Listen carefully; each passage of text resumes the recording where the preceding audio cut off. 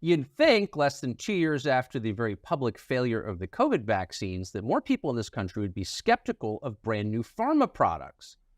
And maybe they are, but they don't seem very skeptical of Ozempic, which is a diabetes drug that apparently, at least in the short term, can help people lose weight. And on one level, you can see why they're not skeptical. This is a very fat country. That's a huge problem. And a lot of people, a lot of us, wouldn't mind losing 20 pounds by taking a pill. So why shouldn't we? Well, we thought it'd be interesting to hear the other side, a side that you were not hearing on the question of Ozempic from someone who knows a lot about it. Callie Means is the founder of TrueMed. He once worked for Pharma. He definitely does not now. And he joins us today in studio. Callie, thanks so much for coming on. Pumped to be here, Tucker.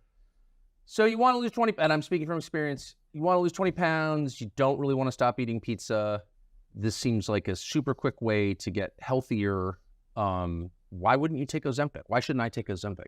There's three big reasons Ozempic is very problematic, and I think really the Rosetta Stone to understanding what's gone wrong in healthcare and frankly pharma industry corruption. The first point I want to make is that if a fish tank is dirty, you clean the tank. You don't drug the fish. And in America right now... So they won't notice. In America right now, we've got a very dirty tank. 50% of teens and 80% of adults are overweight. And this has happened in just a generation. We didn't become systematically lazier in the past generation as Americans and frankly suicidal. Something has happened.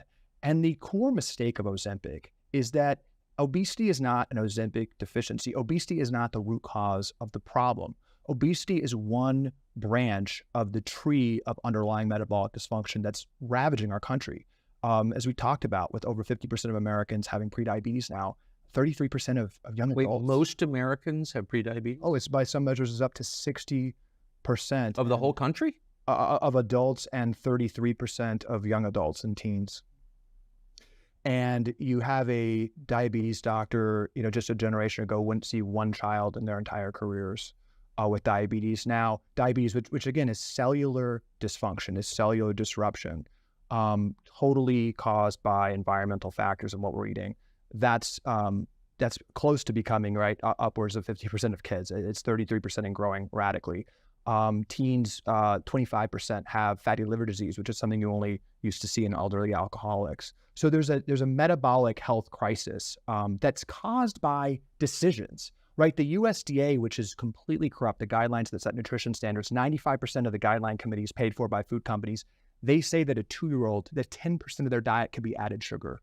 We have more money from agriculture subsidies in America today go to cigarettes, go to tobacco than vegetables. 90% of subsidies go to highly processed food. We've propped this industry up. Food stamps, right, which 15% of Americans depend on for nutrition, 10% of all food stamps funding goes to soda. We're the only country in the world that allows that. So we have... Goes to soda? Goes to soda. So the U.S. government pays people to drink soda? The U.S. government, direct from the federal treasury, more than $10 billion per year go from the federal treasury to soda companies through the food stamp program. The number one item purchased with food stamps in America is addictive diabetes water. We prop that up with food stamps. As we talked about last time, I actually used to work and consult with Coke, and we paid the NAACP and other groups to say it was racist to take that away. We totally rigged the debate. So through a corrupt system, we actually subsidize soda. We do 10 of these things, right? We do 10 easily identifiable things that are causing us, frankly, to be poisoned. And instead of talking about the root cause, we're saying that a weekly injection that you have to take for your entire life that costs $20,000 per patient when 80% of American adults are overweight or obese, we're saying that is the answer for obesity. We have a dirty tank, and pharma has basically changed our consensus reality to say, when all these things are happening all at once due to environmental factors, our savior, you do the math on $20,000 per patient, 80% of American adults, we're talking, and this is clear on Wall Street, food stocks are going down, pharma stocks are going up because they're doing cartwheels on Wall Street. This is on track because of government funding, because we stand to put trillions of government funding into this drug to be the most successful drug in American history. So wow, there's a lot there. But let me just get back to the individual decision to take or not to take this drug. So you're overweight, you have pre-diabetes, and your doctor says, what you would say, which is that's a very serious thing to have. Just because it's common doesn't mean it's not bad. It is bad. and this drug can cure it. Why wouldn't you do that? It segues really well into the second issue, why Ozempic is so problematic. So on a societal level, I think anyone that agrees, if you're just looking at this issue, pumping everyone with Ozempic for their lives isn't the first thing you do to solve obesity. But even if it was perfect, even if it was perfect, but the problem is when you get to the individual level, this drug medically is a absolute disaster. Medically, it's a disaster. So all you need to know is that Novo Nordisk, the company that makes this drug, recently passed LVMH to become the most valuable company in Europe. So this company, most valuable company in Europe, they don't allow this drug for obesity in Europe. Almost all of Novo Nordisk's revenue is coming from taking advantage of Americans. This is not the first line of defense for obesity in any European country. It's not approved by the government regulators. They are saying on their stock calls that all of their growth is coming from the US. They're taking advantage of a broken US system in the United States. And when you dive into it, even people in the United States who are getting government funding, insurance funding for this drug don't have to pay for it. 30% of them go off the drug within 3 months. So even though they're fully being paid for it, and we're being told this is a lifetime drug, there's lawsuits coming, just reported in the past couple of days, on gastrointestinal issues and stomach paralysis. The drug itself essentially is stomach paralysis. What is stomach paralysis? The drug, what it does is essentially it sterilizes its stomach, paralyzes your stomach to make you not be able to process food correctly. And there's studies now saying that stomach paralysis, the really messing with your ability to digest food, actually stays after you go off the drug. So there's lawsuits now with people with severe gastrointestinal issues after coming off the drugs that's being pronounced, and that's coming out in lawsuits. Additionally, because of that, you're consistently seeing patients who go off the drugs gain the weight back. So that's almost, I think, universally accepted even by Novo Nordisk. When you go off the drug, you gain the weight back. But again, we're seeing most people that take the drug within the first year come off it because the gastrointestinal issues, the stomach issues are so pronounced. Additionally, the EU, again, where this company is based, just launched a probe into suicidal ideation caused by Ozempic. You can't even make this up. But the EU is doing a massive probe because there's so many reports of increased depression and increased suicide. Now, I was debating a Harvard doctor about 6 months ago, and I brought this up because it's kind of obvious.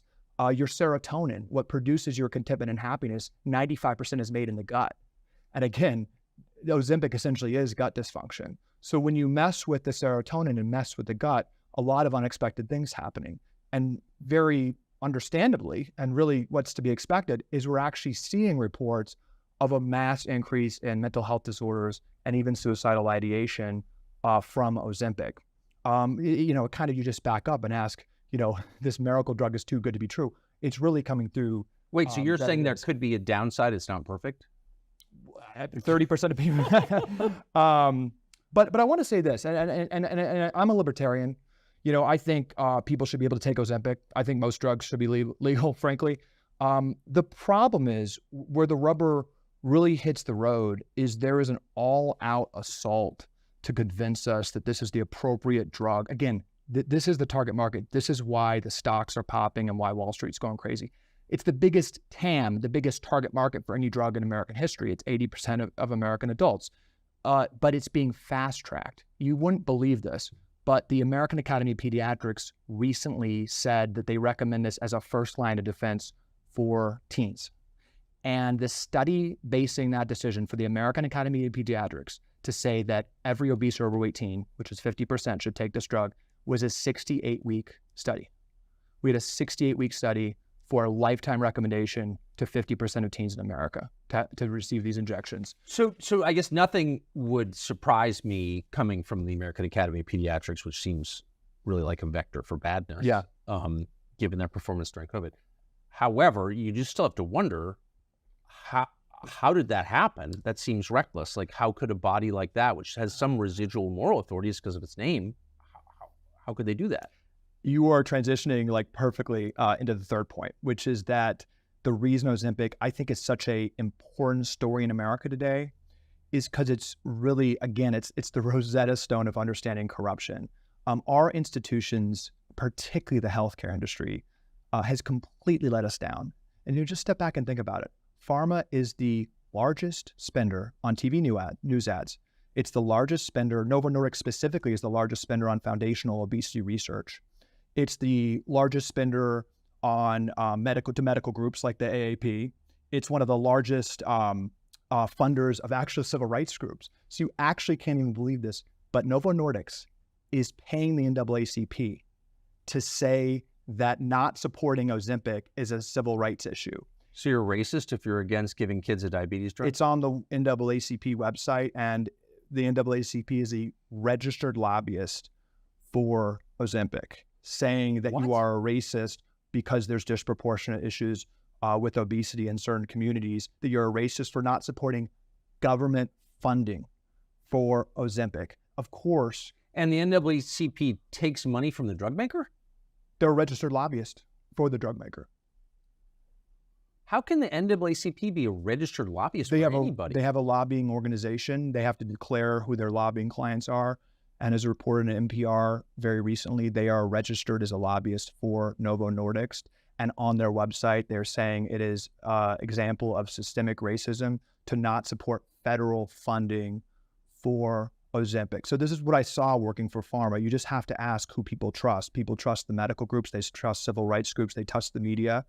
You have a situation where, additionally, Novo Nordisk, and this is reported, has given $30 million in direct bribes to obesity doctors. You would be hard-pressed to find a doctor who treats obesity in this country who has not received some kind of donation, not research grants, but direct consulting grants from Novo Nordisk. Like just sending him cash? Exactly. So how can doctors take cash from drug makers? Oh, this is what's done. The drug makers spend hundreds of millions of dollars a year in direct cash payments to doctors. But you can't get the drug except with a script written by the doctor.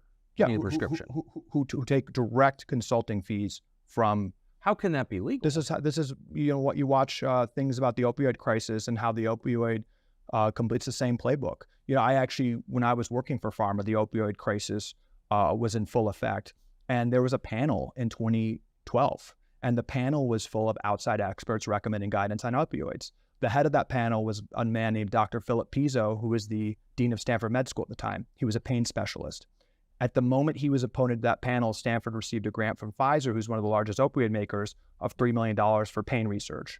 He appointed 90% of that panel, who are also conflicted, to receive direct research and personal consulting fees from opioid makers, and they relaxed opioid standards. This is exactly what's happening on obesity. You have Dr. Fatima Stanford, the head of obesity research at Harvard, paid tens of thousands of dollars by Novo Nordisk, just started a new... Directly? Direct. No, not to mention, of course, millions of dollars of research grants. She's been paid tens of thousands of dollars. How can Harvard allow that? There are no conflict of interest rules in medicine. Harvard is supporting her, and the NIH recently, it came out that 8,000 research grants went to university professors who also have a direct conflict of interest with the topic and the drug they're studying. How can how can you be a physician, even a teaching physician, and do that? I mean, that's so obviously unethical. It's so obvious. It's so omnipresent that it isn't discussed. I mean, you're saying this like it is obvious. It's manifestly obvious. You hear this, most Americans are outraged. This is like, you're swimming in water. You don't realize you're in water. This is how academia is. The food industry, if taking it to food, which is making us sick, spends 11 times more on foundational nutrition research than the NIH. Pharma is the lifeblood, right, of foundational scientific research in this country. And then you get to the NIH, of course, it's a revolving door between government and industry. And the vast majority of NIH grants go to pharma research. So the NIH is basically a grant-making organization, and this is just statistical, almost all going to research that has conflicts of interest with pharmaceutical drugs. The problem here is that every institution, all these institutions fundamentally make more money when we're sick. Ozempic doesn't cure obesity. It manages obesity for life, and that's a problem. Statins don't. I'm sorry, I should have asked at the outset. You made a couple references to it, for life. Is that as advertised? Oh, no, that's so if I sign up for Ozempic tomorrow, the physician will tell me you got to take this forever. Those are the instructions, yes. They admit that there's unknown metabolic problems if you go off. That's on the box. No, this is a lifetime injection. The key thing here, Tucker, And again, getting the corruption, right? You're paying off the doctors, you're paying off the medical groups.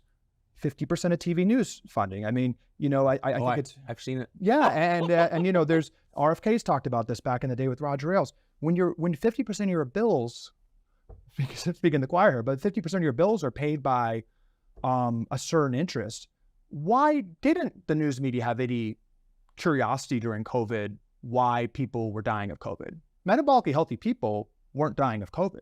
This is where the corruption and really where it all ties together. I'm sorry, will you describe that in a little more detail? We had probably the biggest event in American history since World War II, where we shut down the country, yes, where we really, I think, showed our weakness just physically and mentally as Americans. American COVID deaths were substantially higher than other countries. And research, it's not argued, has come out saying that the COVID was a foodborne illness. Dying of COVID was a foodborne illness. If you were metabolically healthy, if you had stable cholesterol, stable fasting glucose, weren't obese, you didn't die of COVID. COVID disproportionately, overwhelmingly, even among older people, affected people with comorbidities. And we're a lot sicker in America. And the comorbidities were caused by eating bad food, mostly. Comorbidities are obesity, heart disease, diabetes. Those are the main comorbidities. So if you did not have those, you were essentially not impacted by COVID and had an almost 0% chance of dying of COVID. So the media, though, right, who's heavily funded by pharmaceutical companies, didn't have any curiosity about that. Didn't have any curiosity. Maybe this is a 9/11 moment that we're not at our best as America, right? We are a sick, depressed, infertile population. Sperm count is down 50% in just the past generation. 25% of women now have PCOS, the leading cause of infertility. We are having trouble reproducing as a species.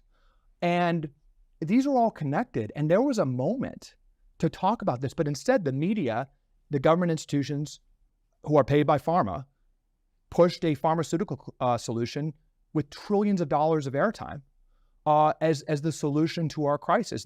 This was one of the greatest public policy mistakes in American history. After coming off of the worst public policy failure, I think one of the worst in American history with the COVID response on every level, keeping the bars open and shutting down the schools, to pushing an effective pharmaceutical solution instead of root cause solutions. We're being asked to trust pharma when 80% of the American people, their bodies are like rebelling against them with obesity, which are clearly a sign of underlying issues, where Ozempic and daily, weekly shots is not the root cause. This just on its face doesn't make sense. And then you trace the corruptions. Again, Ozempic is paying off everyone. They are one of the 5 largest funders, the company itself, one of the 5 largest funders of news ads, one of the top research funders of obesity research, largest funders to university on the obesity topic. And the thing I, kind of ram home here, Tucker, is you just have to look where the money is. So if you actually look at the analyst reports that are propping up these stocks, they're assuming an increase in obesity. So you talk about all the Novo Nordisk's largest company in Europe. They literally, where the money hits the road, where people are investing billions of dollars, they're assuming increased rates of obesity over the next 10 years in America. I was talking to a doctor at Harvard. They're underwriting a loan for a new obesity center where they can treat an issue of Ozempic. Those loans have projections for growth of obesity. They're not projecting that increased Ozempic is going to decrease obesity. The loans that are underpinning these medical centers, if you go to any city in the country, the biggest, most beautiful building is some kind of new pediatric, obesity center or cardiology center. The loans assume increased rates of conditions. So fundamentally, we have the largest industry in the country, healthcare, not asking. Imagine a leader saying, how do we reverse obesity? How do we cure obesity? They're not asking that. They're saying, how can we actually say obesity is not your fault? Oprah, who's involved with Weight Watchers, just apologized for preaching personal accountability over the past decades. She said, it's not personal accountability. We're supporting Ozempic. Obesity is becoming something. Do you think Oprah got paid? She's highly involved with Weight Watchers. Yeah, Weight Watchers has shifted from a personal accountability organization that it's been preaching for decades and is now a prescriber of Ozempic. They've totally changed because Ozempic is a better business model because you never go off of it. This is insane. So maybe one of the reasons this is accepted people don't see it as totally crazy as I do. I don't take Advil, so all of it seems crazy to me. But the average, say, 65-year-old person in this country is on how many drugs? About 7. 7. Yeah. And not just intermittently, but like over Chronic. years. Chronic. 90 plus percent of funding for medicine dollars is around chronic lifetime. So it's more recurring revenue. So describe what that looks like the scale of it. Yeah, I think again, we're so desensitized to this, we don't understand how crazy That's it is, right. how much of a failure it's been. Well, I'll give you an example. My mom. So my mom was 71 and went, for a checkup and was told by the doctor she was healthy. And she was actually at the time on 7 lifetime medications. So she was on, maybe a decade before, had high cholesterol, was prescribed a statin. And the message from the doctor was, no problem. Most, the majority almost of people your age are on a statin. No problem. That's a rite of passage. Then she had high fasting glucose. Again, that's basically prediabetes, which majority of people have. Metformin, one of the most prescribed drugs in the country, high blood pressure. So she has these comorbidities that are almost seen as like rites of passage. It's a rite of passage for a man over 40 to be on a statin. The majority are. So these were all kind of normal things. So as we've treated everything in silos, that's a lie. Heart disease, diabetes, in many ways depression, Alzheimer's, they're branches of the same tree. We've actually lied, saying those are different conditions, seeing 4 different doctors for 4 different treatments that don't even talk to each other. So we're managing the symptoms instead of seeing those symptoms as a gift and realizing that we have a root cause metabolic crisis. That's why the more statins we prescribe, the more heart disease goes up. The more metformin we prescribe, the more diabetes goes up. The more SSRIs we prescribe, which are now 25% of women. The higher the suicide rate goes. We're seeing skyrocket. So we're siloing everything. And literally. Wait, so there's so many questions. Yeah. So 25% of women are on SSRIs? We have a societal dynamic where 25% of women in the United States are on a medication. And I'm not just flatly anti-drug, but this is a societal dynamic, Tucker. We have 25% of women taking something that fundamentally numbs you out from reality. And we don't even blink an eye at that. And depression, mental health disorders, anxiety, suicide. Suicide is now the second leading cause of death for young adults. SSRIs are after drug ODs. Yeah, and which I think could be related. And SSRIs, you talk to any high schooler now and looking in it, it's the first line of defense. I mean, it is prescribed like candy when to children. Oh, yes. SSRIs. SSRI prescription rates are skyrocketing among teens. You talk to any high school counselor, anyone at any high school, this is the first line of defense when I would never talk to a high school counselor under any circumstances. Yeah, well, that's very smart. They're skyrocketing among kids, and there's actually a black box warning on SSRI's label actually saying that it increases suicidal ideation among children, and they're widely prescribed to children, not to mention the fact that 20% of high school seniors are on essentially methamphetamines, Adderall, which if you read the book Blitzed, actually traces the history. Adderall was developed by Nazi Germany as a tool for Nazi soldiers to be more aggressive, and now is prescribed widely along with SSRIs to kids. One thing, I'm trying to keep track of everything you're saying, all of which is checkable, I assume, on the internet. Statin drugs are prescribed to the majority of American men over 40? The last rate, I think 2019, the last study I said was 45%, and I think there's reports that now post-COVID, it's close to 50%. So what's the downside of statin drugs?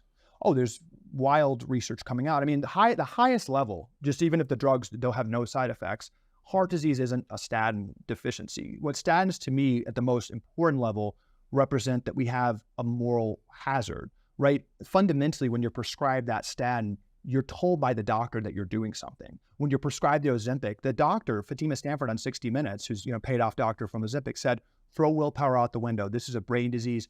Food isn't the problem. It's a medical issue. Take Ozempic. Do not worry about what you're eating. This is exactly what Purdue Pharma said about pain. Yeah. So you have these messages. You have the statins. You're doing something. You now can eat what you want to eat. You wouldn't even believe this, but until 2018, and Dr. Robert Lustig, who's a hero of mine, has pointed this out, an endocrinologist at UCSF, the American Diabetes Association said that as long as you take your medications, you do not need to change your diet as a diabetic. So you literally have guidance from the American Heart Association, from the American Diabetes Association, now from the obesity industrial complex, saying that if you take these drugs, you're good. But that's a lie, because there's never been a drug in American history for a chronic condition that has lowered the rate of that chronic condition. What's the cost of all that? Just diabetes? Well, with diabetes, this is the root cause. Again, it's a misnomer to see this as an isolated condition. Almost 100% of people with Alzheimer's have prediabetes or diabetes. Diabetes is one of the... Seriously? Alzheimer's is now called type 3 diabetes. The most highest indicator you can have for dementia or Alzheimer's is some kind of blood sugar dysregulation. If you have normal fasting glucose levels, your chance of having any type of dementia is very, very low.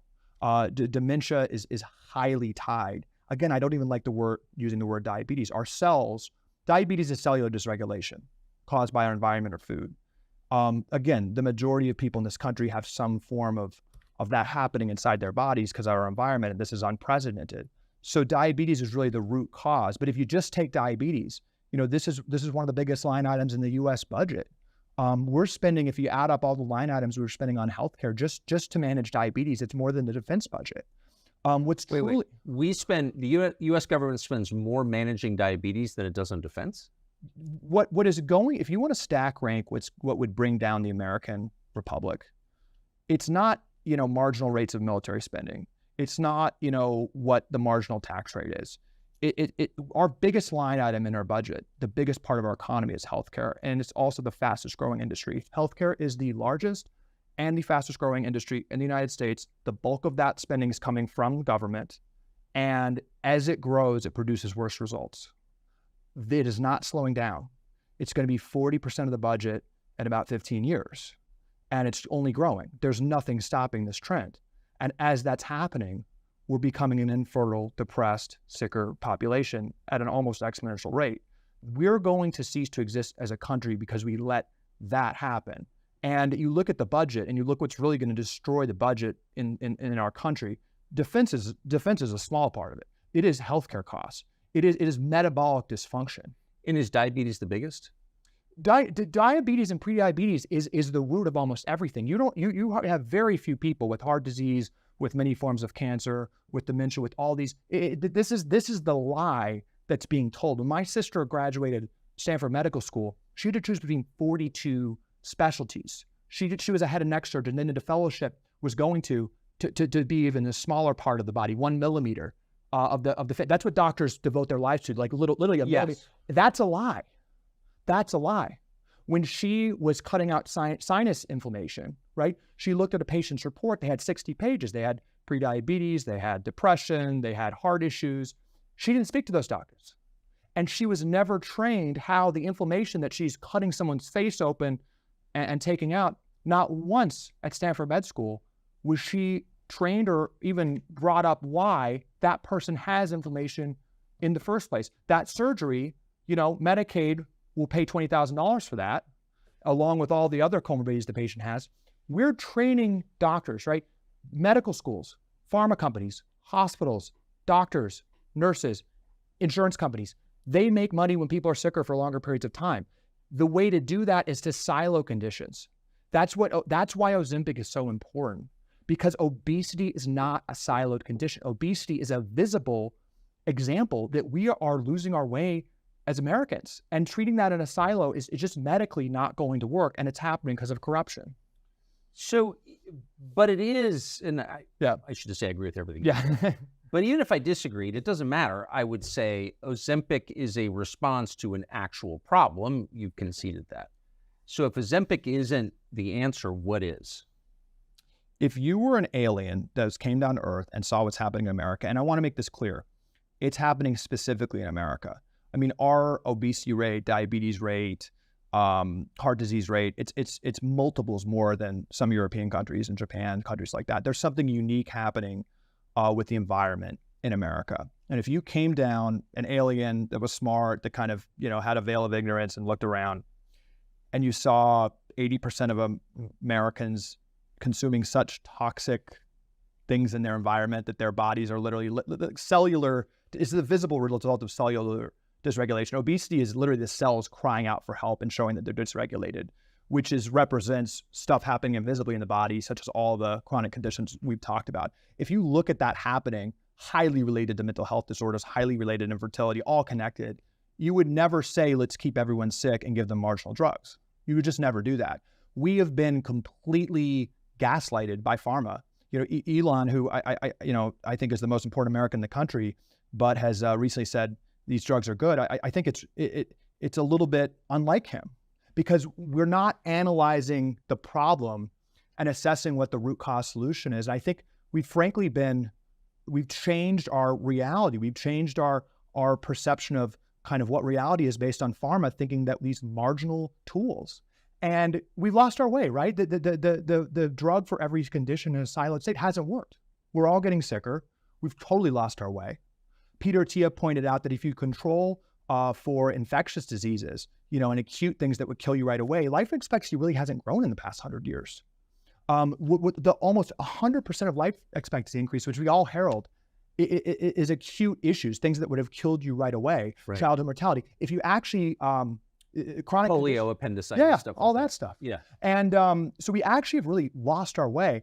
And if there's one moment to kind of, as a country, say, can we change course a little bit? It's this, because this is the biggest issue. This is 80% of Americans. It is going to, just do the math. In America, when drugs are prescribed widely, costs don't go down. You're not allowed to lower drug prices if they're prescribed widely. And the moment Ozempic is approved, which is an all-out battle to do for government funding, there's an incentive for every obesity doctor in the country to prescribe this to 80% of American adults and 50% of US teens. It's the government then can't tell the doctor what to prescribe. So you've got a $20,000 cost. This is $20,000. That price is not coming down. Do the math. 50 million, we have much more than 50 million obese people. 50 million is well over $1 trillion a year. This is why the stocks are going up, right? So the battle here, and this is my point to Elon and a lot of people, I want you to understand the battle is, what are we going to do societally about the metabolic health crisis? And what should we do? Like, you're in charge. I know you said you're a libertarian, but let's just imagine you were a fascist and you could do whatever you wanted. What would you do? It's not what I think the president can do numerous things tomorrow that will I think one of the biggest lies we're being told is this can't be turned around quickly. We did not have a metabolic health crisis a generation ago, and we can turn this around very quick. I don't think the American people are mass suicidal, frankly, which is what we're acting. We have an addiction crisis. I can give you a couple right now. The president tomorrow can tell the FDA that the U.S. can no longer be the only country in the world that allows pharma ads on TV news, which isn't to influence to consumers, it's to influence the news. Pharma buys off the news, and the FDA can issue an order tomorrow saying that that's no longer the case, that we can't have pharma spending on TV news. That is an executive decision. It can be issued tomorrow, and it would totally undercut the ability of the pharmaceutical industry to control our information. Food stamps, the ag bill. So you think that pharma, I'm sorry, you're throwing for my aging pizza-addled brain, it's hard to keep up. But you're saying that pharma buys TV spots not to convince people to ask for specific drugs from their physicians, but to subvert the news business? This is an open secret working for pharma. Well, I'd never even thought of that. This is an open secret. The kind of silly ads you see between the news breaks, the points of that is not, it's marginally to impact the customer, but the pharma's already got that. They've already bought off the doctors. They're good on that. No, this is an open secret. The news ad spending from pharma is a public relation lobbying tactic, essentially, to buy off the news. The news is they're not investigating pharma. I've noticed. The news has become basically a referee that you were a terrible anti-science Luddite for asking why, the shots that we require our kids to get, that fundamentally by their own advertising change the immune system of that child for life, why it's gone from 20 to 70. To even ask that question, the news referees that and calls you anti-science, when the two largest vaccine makers in the country are literally criminal enterprises. GlaxoSmithKline and Merck, in the past 5 years, has settled two of the largest criminal penalties in American corporate history for bribing doctors and creating misleading research. who are the two largest vaccine makers. So you literally have the media playing referee that you can't even ask a question. Parent is actually... If you have a vaccine injury, and many people have, including some I know very well, even a profound vaccine injury, you're not allowed to complain about it. No, you're anti-science. Even if it can be shown to us that this is a vaccine injury. The media plays referee because they're funded.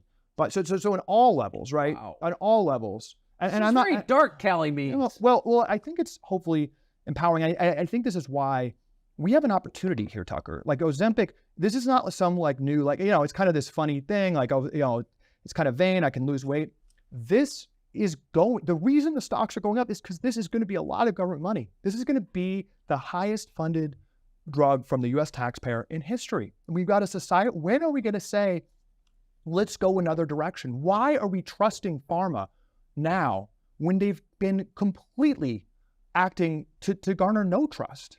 We have to be basic here and incentivize better eating, better farming.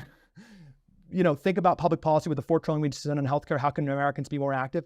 These are basic things, but these can be done. And just two more quick ones. I mean, there's 20 of these, but you just have to go to the incentives. You were surprised that the majority of university researchers and NIH grants go to conflicted researchers? Yeah, I was shocked. Tomorrow, the president could say, we're not going to touch NIH funding, but we're not going to issue grants anymore to people with conflicts of interest. That would sound like a reasonable policy to 95% of the American people. I think that's unimpeachable, bipartisan policy. Of course. It will cause a conniption.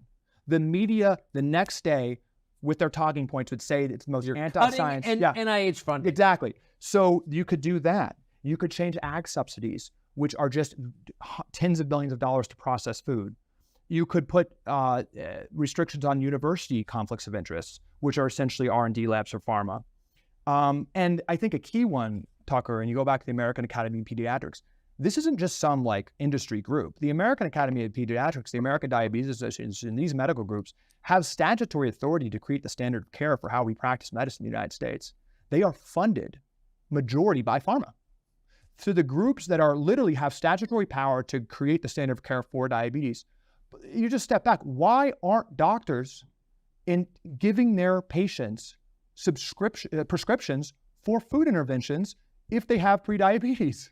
Why aren't they giving them and prescribing them and allowing them to use their medically, tax advantage dollars to exercise? If you actually follow the science, that would be the correct medical intervention to reverse that.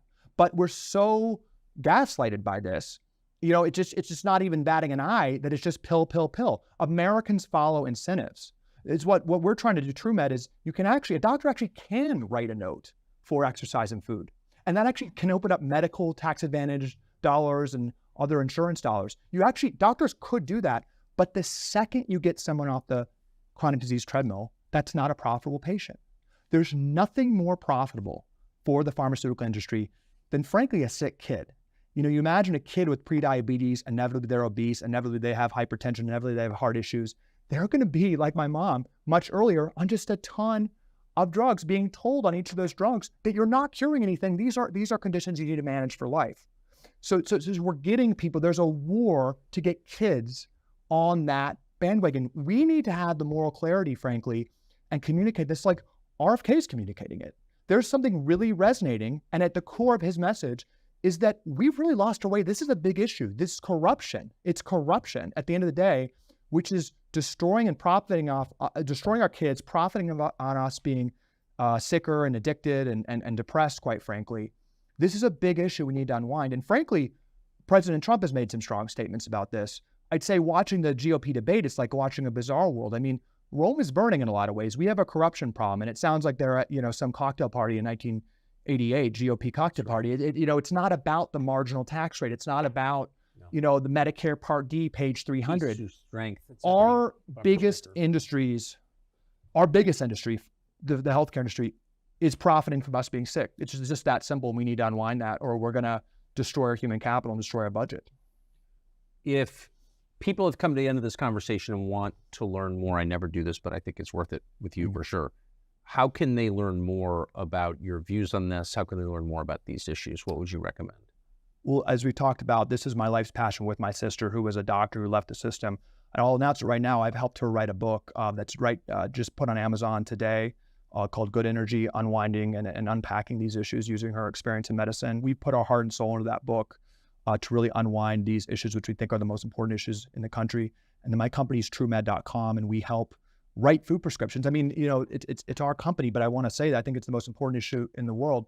What we need to do is doctors need to follow the science. Doctors need to, when somebody has a metabolic condition, explain to them and incentivize them to practice better eating, to exercise. People listen to doctors. When we were told the food pyramid to eat carbs, we ate carbs. When we were told to take vaccines, we took vaccines. When we were told to stop smoking, smoking rates plummeted.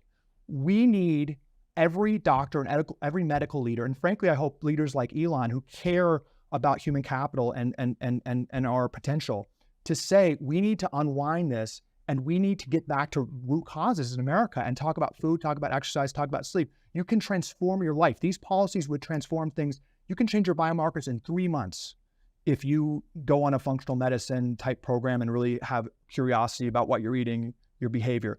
What if we had that message from our medical leaders? So we're working on that with TrueMed, and I'm on Twitter, which I have mixed feelings about, but talking about this on my Twitter, Callie Means. Callie Means, thank you for that. Thank you. That was intense. Free speech is bigger than any one person or any one organization. Societies are defined by what they will not permit. What we're watching is the total inversion of virtue.